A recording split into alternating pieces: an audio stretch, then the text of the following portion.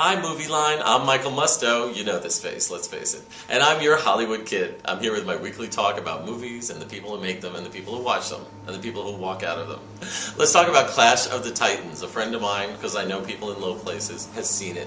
He says not as many bare-breasted men as the original version, more action-oriented. And interestingly, Worthington runs around this thing in a buzz cut and an Australian accent, even though he's playing Perseus, the son of Zeus. You don't argue with somebody who is in Avatar. That made a lot of money. You also don't argue with Jennifer Aniston and Gerard Butler. They make a lot of money in their movies. The Bounty Hunter is doing okay. It's number 2. It's edging out Diary of a Wimpy Kid. That's a big achievement. No? Anyway, remember all that buzz that, oh, Gerard and Jennifer might be back on again. And Gerard and Jennifer were both like, I wonder how this started. I'm pretty sure I know how it started. They're publicity people. Now, there are no rumors yet as to who Tim Burton is going to cast in his stop-action animated version of The Addams Family, which is such a no-brainer. It's a wonder he hasn't done that years ago. But I'm just going to hazard a guess here. As Gomez and Morticia, gosh, let me go out on a limb and say it's going to be Johnny Depp and Helena Bonham Carter. I was just thinking crazy now. I'm blabbing a lot here, but not as much as Dakota Fanning did when a friend of mine, how's that for a segue, interviewed Dakota and Kristen Stewart for the new movie The Runaways, the movie that makes you think the girl group from the 70s was a big phenomenon. They don't tell you they sold 2 records. That wouldn't be an interesting movie. Anyway, Dakota, who plays Cherie Curry in the movie, the lead singer who doesn't talk at all. She just kind of blankly trots around being famous. She talked a lot. Dakota has emerged as quite a blabber. She's a fully grown young woman now. And Kristen Stewart barely got to get a word in edgewise, though finally she did get to say one of her sullen, eye-rolling kind of things with a backwards cough like at the Oscars. I love her.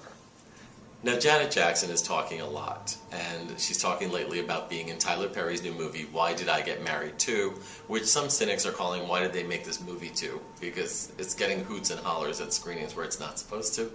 Anyway, people who interviewed Janet are being told in advance she won't talk about the sad, tragic loss of her brother Michael, and that's perfectly understandable.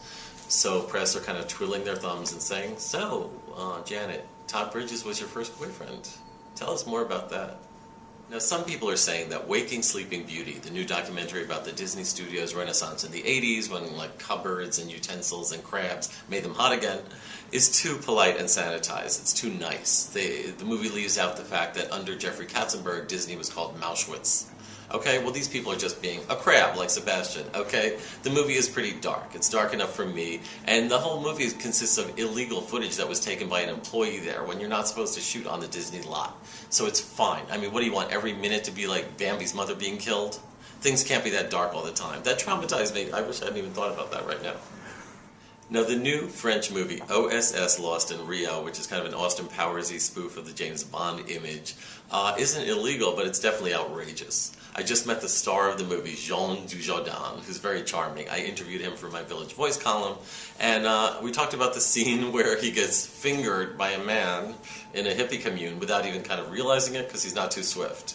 And Dujardin told me that wait till you see the next movie. You're going to see what's going to happen. And I'm not that proud of myself, but in front of a whole table of journalists, I mimed, you're going to get the whole fist? At least I didn't need a translator that time.